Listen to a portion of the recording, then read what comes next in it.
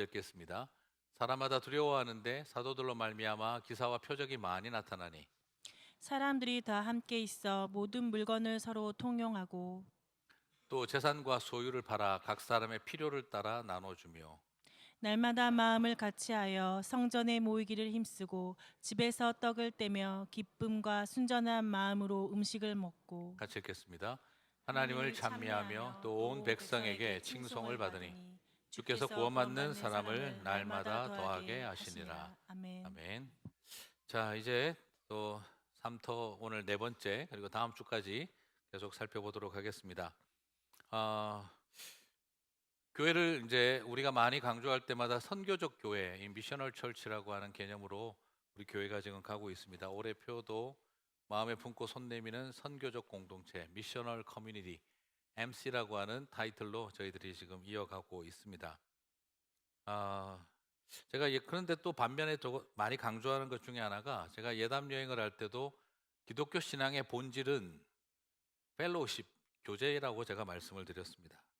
성삼위 하나님의 그 펠로우십이 하나님의 속성을 만들어내고 일체 하나님, 삼위일체의 속성을 만들어내고 그리고 그 성삼위 하나님의 펠로우십이 우리랑 확장되어질 때 구원의 역사가 임하고 그리고 그 성삼위 하나님의 펠로우십에 우리가 참여할 때 교회가 만들어지고 그리고 그 성삼위 하나님의 펠로우십이 확장될 때 선교가 일어나고 그래서 우리는 삼위일체 하나님의 어트리뷰션 속성의 기초에서 우리는 하나님을 알고 구원을 경험하고 교회를 이루고 선교를 한다라고 강조하고 있습니다. 그래서 저는 기독교 신앙의 가장 중요한 본질은 바로 그 펠로우십이다라고 이야기를 합니다. 자, 그렇다고 한다면 선교가 더 중요한 걸까요? 펠로우십이 더 중요한 걸까요? 제일 좋은 말은 둘 다 중요하죠 하면 제일 쉽습니다만 자, 이것의 강조점에 대한 그 출발점이 약간 다를 수도 있습니다. 다시 질문하자면 선교적 교회라고 하는데 우선순위가 공동체에 있습니까? 아니면 선교에 있습니까? 라고 질문을 할 수 있어요. 여러분은 어떻게 생각하십니까? 저는 우선 정리하고 싶은 것이 우리는 선교적 썸띵을 만들겠다고 노력하는 그런 과정은 아니라고 생각합니다. 공동체의 본질이 회복되면 선교는 그 열매로 따라오는 것이다 라고 말할 수 있는 것이죠. 선교가 원인이 되어서서 공동체를 만들어내는 게 아니라 공동체가 공동체다워지면 선교적 열매가 일어나게 된다는 것입니다. 많은 그리스도인들이 좀 오해를 하고 있습니다. 우리 공동체는, 우리 교회는 참 공동체가 잘하고 있는데 선교가 좀 약하다라고 생각을 합니다. 그래서 잘하고 있는 우리 공동체에 선교라고 하는 양념을 좀 뿌리고 끼워 넣으면 우리는 선교적 공동체가 될 거라고 생각을 합니다. 근데 하지만 솔직히 말씀드리면 공동체는 잘 했는데 선교가 부족한 것이 아니라 온전한 공동체가 아니었기에 선교라는 열매가 따라오지 않았던 것이다 라고 말할 수 있다는 것이죠. 선교를 위해서 펠로우십을 한다. 그 사귐은 음흉한 음모가 될 수도 있습니다. 포교를 위해서 위장하고 속임수를 써서 사귀어가지고 친해져서 전도해야 되겠다라고 하는 전도 지상주의적, 선교 지상주의적 목적 때문에 내가 사귐을 사용한다고 한다면 그게 신천지하고 뭐가 더 다를 바가 있겠습니까? 사귐은 그 자체가 본질이고 목적입니다. 사귐은 수단이나 도구가 아닙니다. 그것 자체가 본질이고 목적입니다. 삼위 하나님은 당신의 성삼위 하나님의 그 펠로우십을 도구로 사용하지 않았습니다. 그게 삼위일체의 본질입니다. 친한 사귐이 있다라고 한다면 참된 펠로우십이 있다면 믿는 자가 더하는 역사가 따라오는 건 당연한 일이라는 거죠. 그래서 제가 선교적 교회 세미나 강사로 이리저리 가게 되고 설명도 할 때가 있을 때마다 저는 여러분 더 선교하십시오 하고 강조하지 않습니다. 오히려 더 말하는 것은 더 진정한 성령의 공동체를 이루십시오 라는 것을 더 많이 강조합니다. 대단히 죄송하지만 선교적 열매가 일어나지 않고 있다고 한다면 참된 신앙의 공동체가 아니었다라고 하는 반증입니다. 그래서 선교적 교회로는 선교론을 많이 가르치는 개념이 아니라 결국은 교회론을 말하는 가르침이 될 수밖에 없습니다. 그래서 선교적 교회론은 선교를 많이 가르치는 공부가 아니라 결론은 교회론을 배우는 시간이라는 거죠. 그게 사도행전적 교회의 이야기입니다. 공동체를 파괴하면서 우리는 열심히 선교한다. 죄송하지만 그건 하나님의 선교가 아닙니다. 열심히 공동체를 만들지만 우리는 선교는 좀 안 한다? 죄송하지만 그건 성경적인 교회가 아니라는 뜻입니다. 그래서 교회 아닌 교회를 열심히 하고 있고 선교 아닌 선교를 열심히 하고 있는 것이죠. 그건 바로 지난번 고린도전서 제가 설교를 할 때 말씀드렸던 바울이 도전했던 불에 타버릴 공력들이다라는 것입니다. 자, 그렇다고 한다면 우리는 참된 성령의 공동체와 선교적 그 부르심의 이 상관관계를 좀 오늘 본문을 통해서 살펴보도록 하겠습니다.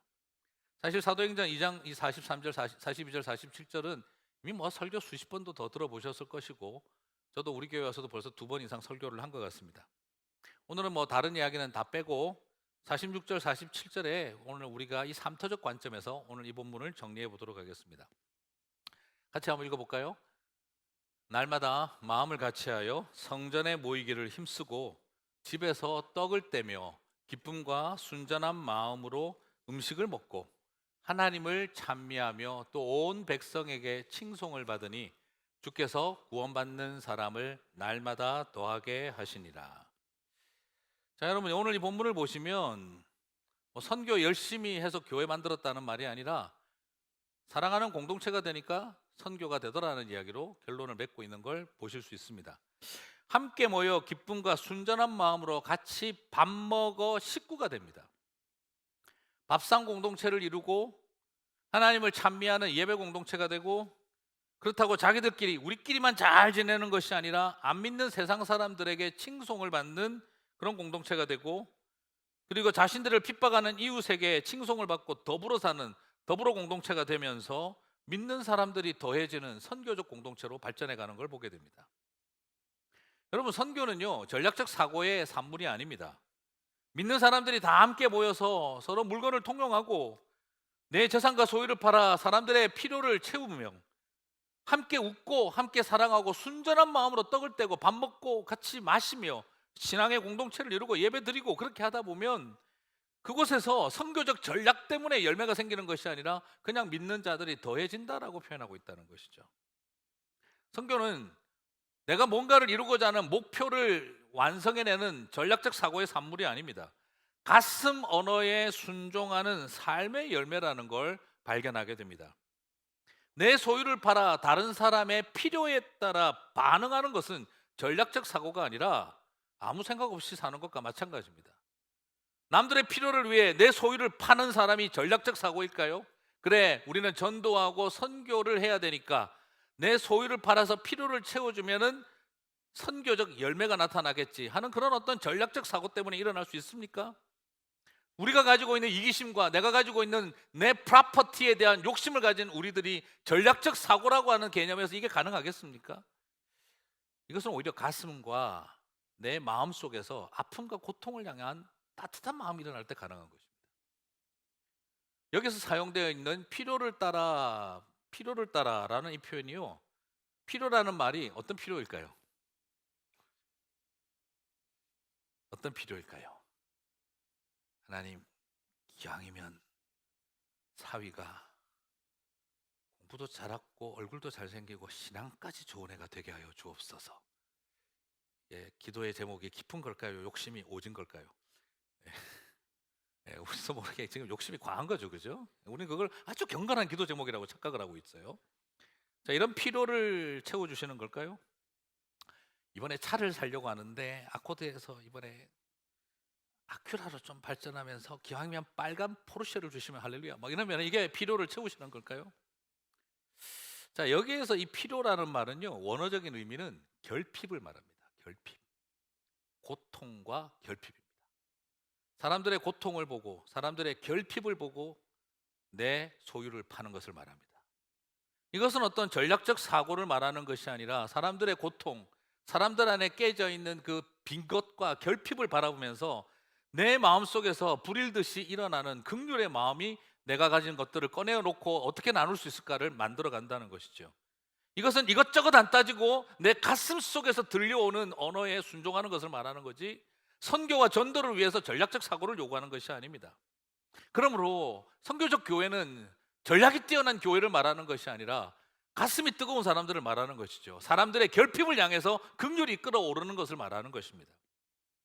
우리는 그래서 가능성을 향해서 투자하는 사람들이 아니라 결핍을 향해 낭비할 것을 결단하는 사람들이라는 것이죠.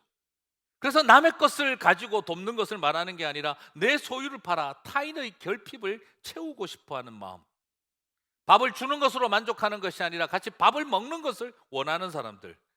그래서 이처럼 비전은 전략적인 것이 아니라 비전략적으로 가슴에 순종하며 결핍에 반응하는 공동체가 되어질 때 참된 공동체를 이루고 그 참된 교회 공동체가 선교적 열매를 얻는다는 것입니다. 오늘 이 본문은 저희들에게 굉장히 그 독특한 도전을 보여주고 있어요. 오순절 성령이 임하고 나서 성령님은 완전히 개념을 지금 바꿔버리고 있습니다. 혁명적으로 개념을 전환시키고 있어요. 오늘 여러분 보시면 성전과 집이 분리되지가 않습니다. 유대인들에게 있어서는요, 성전은 거룩한 곳이고 집은 우리가 사는 세속적인 곳입니다. 그런데 오늘 성령의 역사가 임하고 나니까 성전과 집이 분리가 되지 않습니다. 46절 같이 한번 읽어볼까요? 날마다 마음을 같이하여 성전에 모이기를 힘쓰며 집에서 떡을 떼며 기쁨과 순전한 마음으로 음식을 먹고. 자, 여러분 여기서 보시는 것처럼 집에 모인다와 성전에 모인다가 같습니까? 다릅니까? 똑같습니다. 우리가 생각할 때 성전에는 모인다라는 표현보다는 성전에서는 찬미하고 예배하고 떡을 떼야죠. 성찬을 해야죠. 집에 가서는 모여야 됩니다. 그런데 오늘 사도행전 기자는 약간 의도적으로 이걸 트위스트 시켜놨습니다. 성전에 모이기를 힘쓰고 집에 가서 떡을 떼며, 고린도전서에서 말하는 성찬식과 관련된 표현이죠. 떡을 떼며, 그리고 순전하고 기쁜 마음으로 음식을 먹고 저녁 식사를 하고. 여러분, 집에 모이고 성전에 모이는 게 분리가 되지 않습니다. 성전에서 떡을 떼는 성찬이 있고 오히려 그것이 아니라 집에서 한다고 말을 하고, 그리고 성찬을 하는 것과 우리끼리 밥 먹는 것을 분리시켜 놓지를 않고 있습니다. 놀랍지 않습니까? 오순절 성령이 임하고 나니까 거룩한 장소와 세속적인 장소, 성전과 집이라고 하는 이중 구조가 없어져 버렸습니다. 그들은 날마다 집에서 찬미하며 하나님의 이름을 높여드리는 예배 공동체가 됐습니다. 오히려 성전은 그냥 모이는 곳이고 예배와 성찬은 집에서 일어나고 있는 걸 보게 되어집니다. 소위 거룩한 곳과 세속적인 곳, 장소상의 구별이 사라집니다. 신앙생활과 생활신앙이 분리되지 않습니다. 직장과 교회가 분리되지 않았습니다. 물론 목사는 직장과 교회가 분리가 안 되죠. 그렇지만 목사님들도 그렇게 될 수 있어요. 주중에는 에휴 힘들지만 직장생활 한다 이렇게 다니다 주일날은 예배드리는 모습이 될 수 있습니다. 심지어 주일조차도 직장생활이 될 수도 있겠죠. 오늘 여기서 우리가 발견하는 것은 무엇이냐면 집과 성전을 분리시키지 않습니다. 그리고 오늘 성령이 임하고 나니까 방언이 터지고 성령의 역사를 체험했다, 이것만이 아닙니다. 오늘 성령이 임하고 나니까 거룩한 장소와 세속적인 장소, 집의 기능과 성전의 기능, 펑션이 통합되는 것을 발견할 수가 있습니다. 동시에 시간이 달라집니다. 유대인들은 안식일에 목숨 건 사람들이었습니다. 그런데 그리스도인들은 날마다 마음을 같이하여. 그들은 뭐가 달라졌습니까? 안식일이 되어 성전에 간 것이 아니라 날마다 마음을 같이하여 성전에 모이기를 힘쓰며. 안식일과 everyday, 매일매일, 날마다라고 하는 개념이 통합되기 시작을 합니다. 그들에게 있어서는 안식일만 거룩한 날이 아니라 날마다 매일이 주의 날이 되기 시작을 한 것이죠.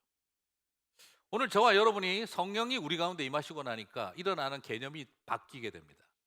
성령이 우리 가운데 임하시고 나니까 방언 터지고 능력만 나타나더라는 이런 이야기를 말하는 게 아니라 원타임 엄청난 5천 명이 세례 맞는 그런 전도 집회가 열린 것만을 바라보지 마시고 날마다 매일이 안식일과 통합되는 것을 바라보시고 성전과 집이 통합되어지면서 집에서 성찬과 찬미가 일어나고 성전에 모이고 기능이 완전히 통합되기 시작하자 모이는 자들이 매일매일 더해지는 일을 보셔야 됩니다.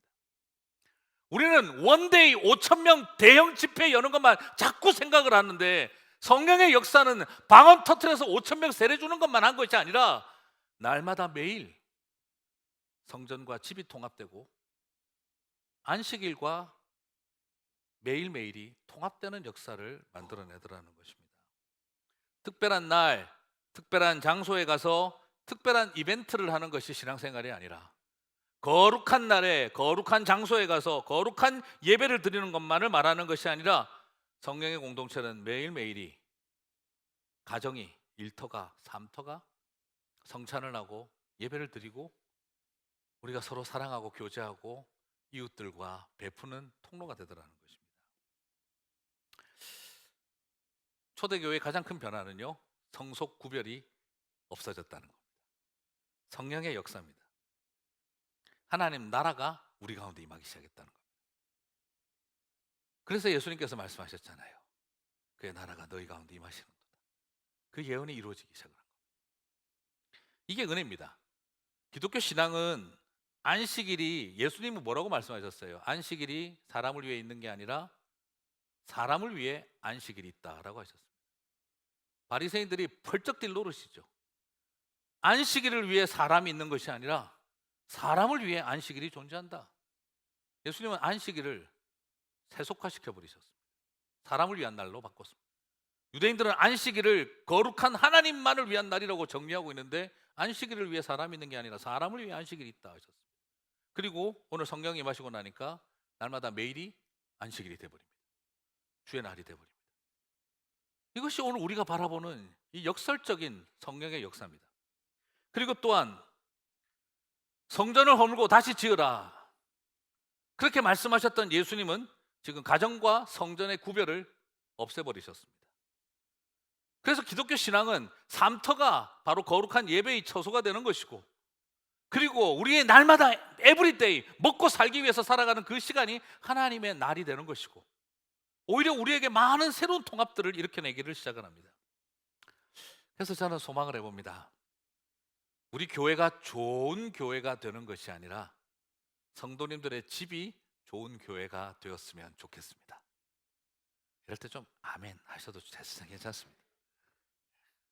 아이고 우리 집이 무슨 교회는 아이고 이렇게 생각하지 마시고 우리 집이 좋은 교회가 되어야 됩니다. 좋은 교회를 보고 만족하시면 안 됩니다. 우리의 가정을 좋은 교회로 세워갑니다. 선교 잘하는 교회가 되는 것이 아니라 여러분의 직장이 선교지가 되셔야 합니다. 1년에 한 번 선교지에 갔다 오는 것이 아니라 나는 날마다 매일 선교지를 향해 예배하러 가는 곳이 된다는 것입니다. 이게 우리를 부르신 이유입니다. 삼터의 그리스도인들에서 가장 중요한 것이 그래서 무엇입니까?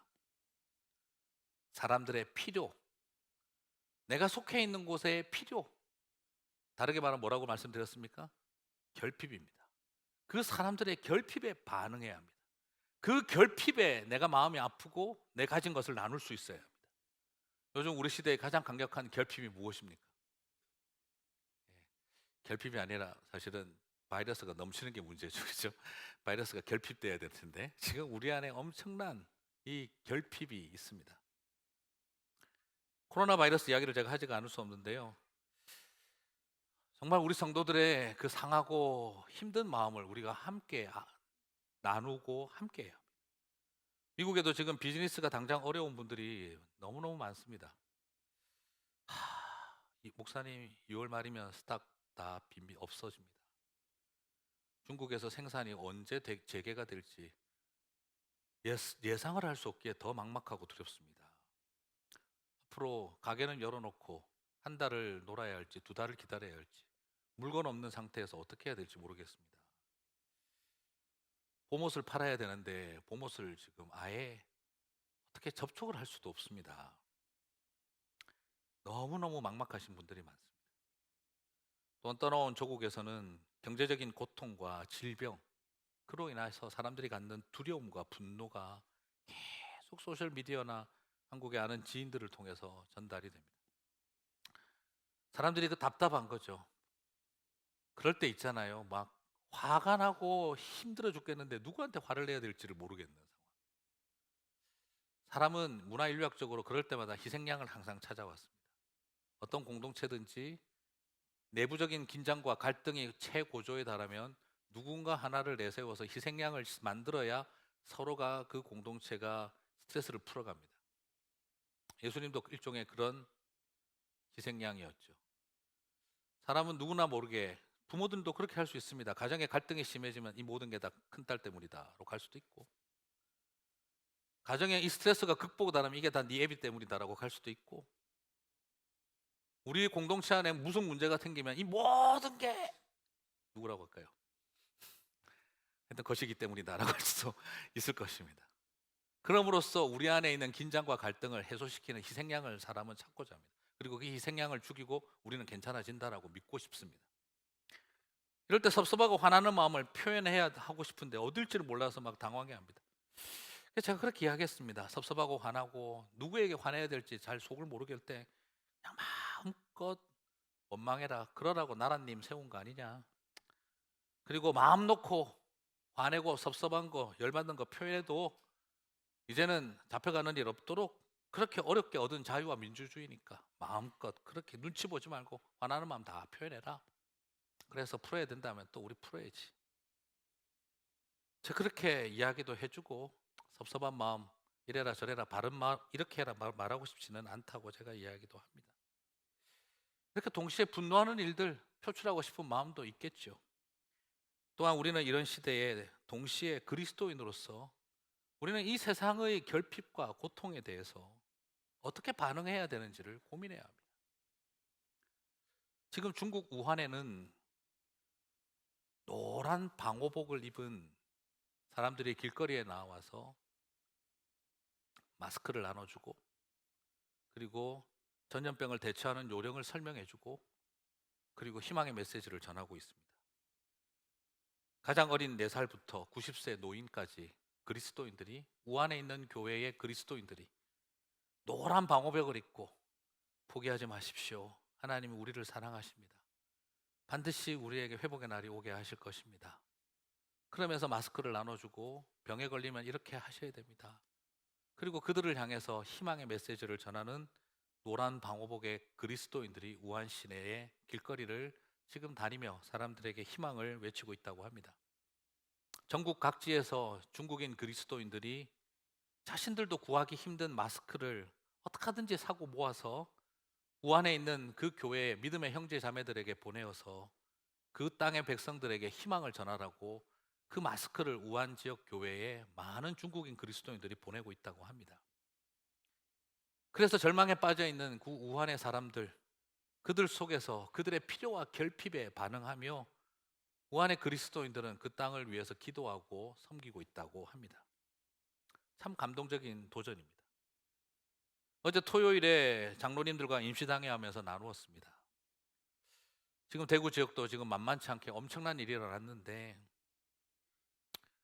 우리가 할 수만 있다면 우리 교회에서 마스크와 세니타이저를 최대한 모아서 생각해 보니 또 이때를 위함인지 오재경 목사님 포항에 가 있고 하니 좀 알아서 대구 쪽으로 보내어서 혹시 나눌 수 있는 방법이 없을까 싶습니다. 그래서 장로님들하고는 우리가 어떻게 하든지 모아서 보내기로 결심을 했습니다. 그러나 지금 어디서 구해야 되고 해야 할지 잘 모르겠습니다. 혹시 의료나 또 그런 마스크나 세니타이저 관련된 일을 잘 아시는 우리 성도님들이 계시면 구입할 수 있는 방법을 교회에 좀 알려주시면 교회에서 구입해서 한국의 대구로 좀 보내었으면 좋겠습니다. 함께 아픔에 반응하며 결핍에 우리의 것을 나눌 수 있는 삶, 성령 안에서 주신 희망을 나누며 서로 격려해 나갔으면 참 좋겠다 싶습니다. 오늘 읽은 사도행전 역사는 교회가 경제적으로 넉넉하고 풍요로웠기에 그들의 필요와 결핍의 나눔을 시작한 것이 아니라 그들도 내 한 몸 건사하기 힘든 핍박의 현장을 살아가던 사람들이 사람들의 결핍을 향해서 자신의 떡을 나누며 함께 내 소유를 팔아가면서까지 그들을 돕고자 했었을 때 복음의 역사가 일어났던 것을 바라봅니다. 초대교회 관련되어져서 제가 작년에 예화로 제가 나눴던 이야기 다시 한 번 더 나누려고 합니다.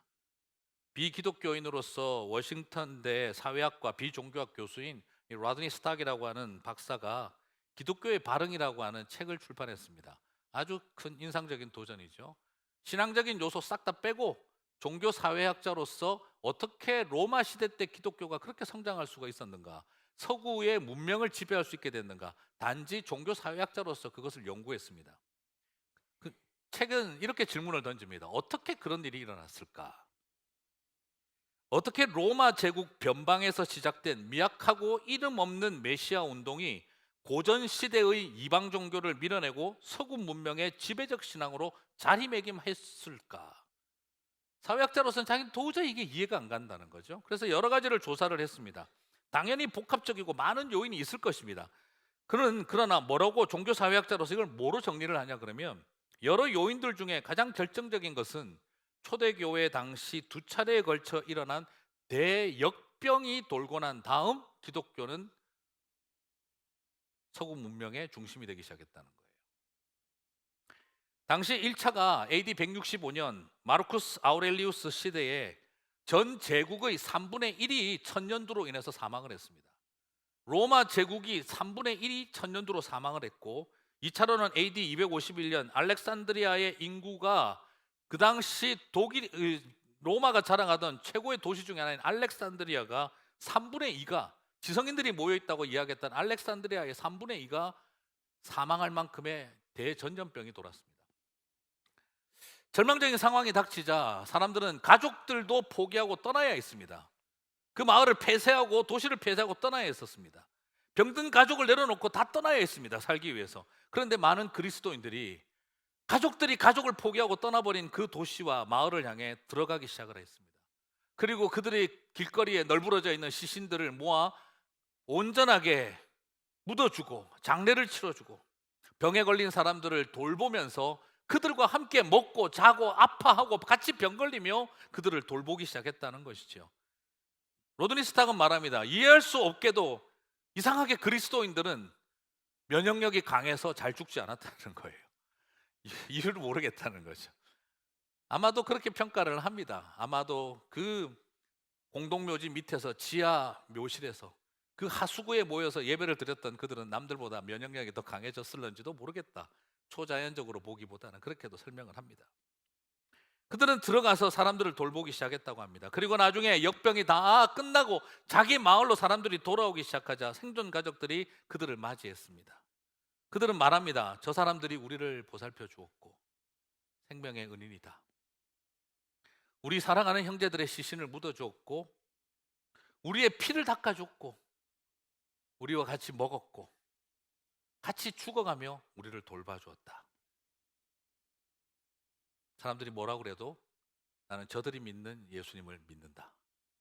그것이 로마 땅에 문명이 접어들고 기독교 신앙이 자리 잡는 이유가 되었다라고 로드니 스탁이라고 하는 워싱턴대 종교사회학 교수는 그렇게 평가하고 있습니다. 사랑하는 성도 여러분, 초기 그리스도인들은 로마가 하나님의 징벌을 받아서 이 병이 돌고 있다라고 말하지 않았습니다. 그들은 오히려 이때를 사랑을 실천해야 할 때라고 생각했습니다. 또한 전략적 사고를 통해 우리가 이럴 때 열심히 전도하고 선행을 베풀면 기독교로 개종하는 역사가 일어날 거야 하는 이런 어떤 전략적 사고를 하지도 않았습니다. 이번 기회에 로마를 복음으로 정복하고 로마를 그리스도인들이 되게 하자는 그런 슬로건과 선교적 구호를 외치지도 않았습니다. 그냥 고통받는 이웃들의 결핍에 가슴 속에 끓어오르는 마음으로 내 것을 나누자고만 했던 것이죠. 그냥 사랑을 나누었던 것이죠. 죽어가는 이들과 함께 아파했던 거죠. 그 결과가 선교적 열매라고 하는 결과가 되었을 뿐이지 목표를 위해서 달려왔던 것이 아니었던 거라는 겁니다.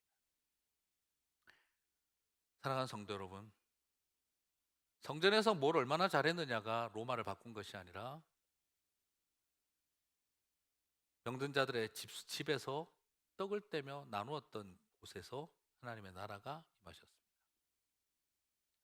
필요의 현장, 결핍의 삶터에서 그 결핍을 향해 내 안에 올라오는 긍휼의 마음에 따라 내 머리가 들려오는 소리에 귀를 기울이지 않고 내 가슴 안에서 들려오는 음성에 반응하면서 그들이 삶을 나누기 시작을 했었을 때 그것은 기독교가 가지고 있는 교리의 탁월성이나 생존력의 탁월성에서 나온 것이 아니라 그저 그 안에 있었던 사랑과 나눔의 힘이 세상을 바꾸었던 것입니다.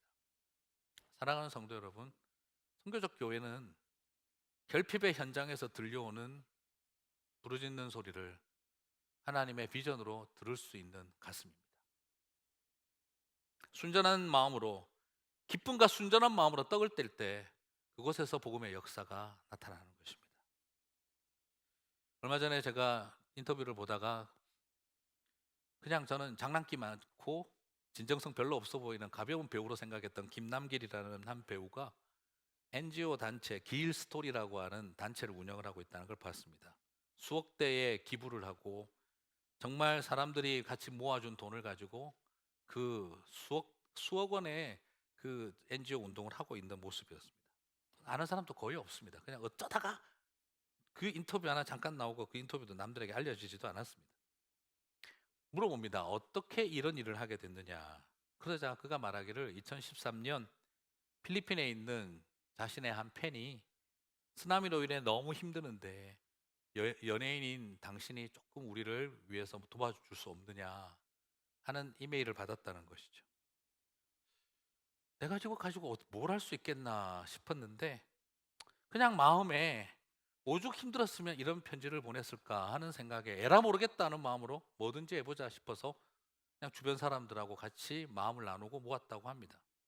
그것이 지금 길스토리라고 하는 NGO를 만들게 되었다라고 했습니다. 그렇죠? 이웃의 필요에 결핍에 그냥 반응했던 겁니다. 자신의 것을 되는 대로 동원했을 뿐이었습니다. 그러자 옆에서 또 묻습니다. 그렇게 한다고 가난을 구제하고 해결할 수는 없는 것 아닐까요? 라고 말하자 지금까지 장난스러워 보였던 그 친구의 얼굴은 싹 깨끗하게 정제하면서 그렇게 말합니다. 맞아요. 제가 가난으로부터 그들을 구제할 수 있다고 생각하지 않습니다. 하지만 위로는 할 수 있다고 생각합니다.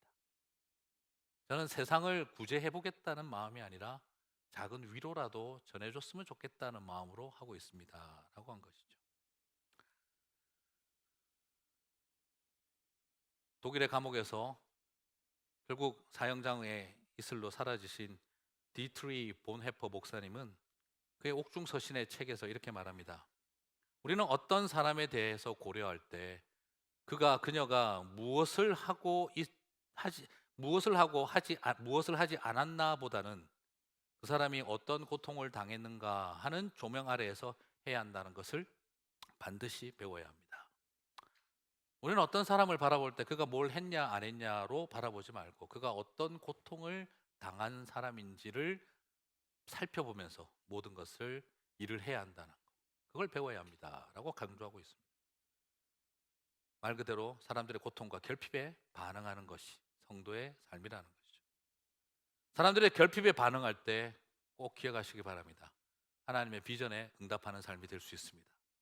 하늘로부터 들려오는 초자연적 음성을 들어서 위대한 일을 꿈꾸지 마십시오.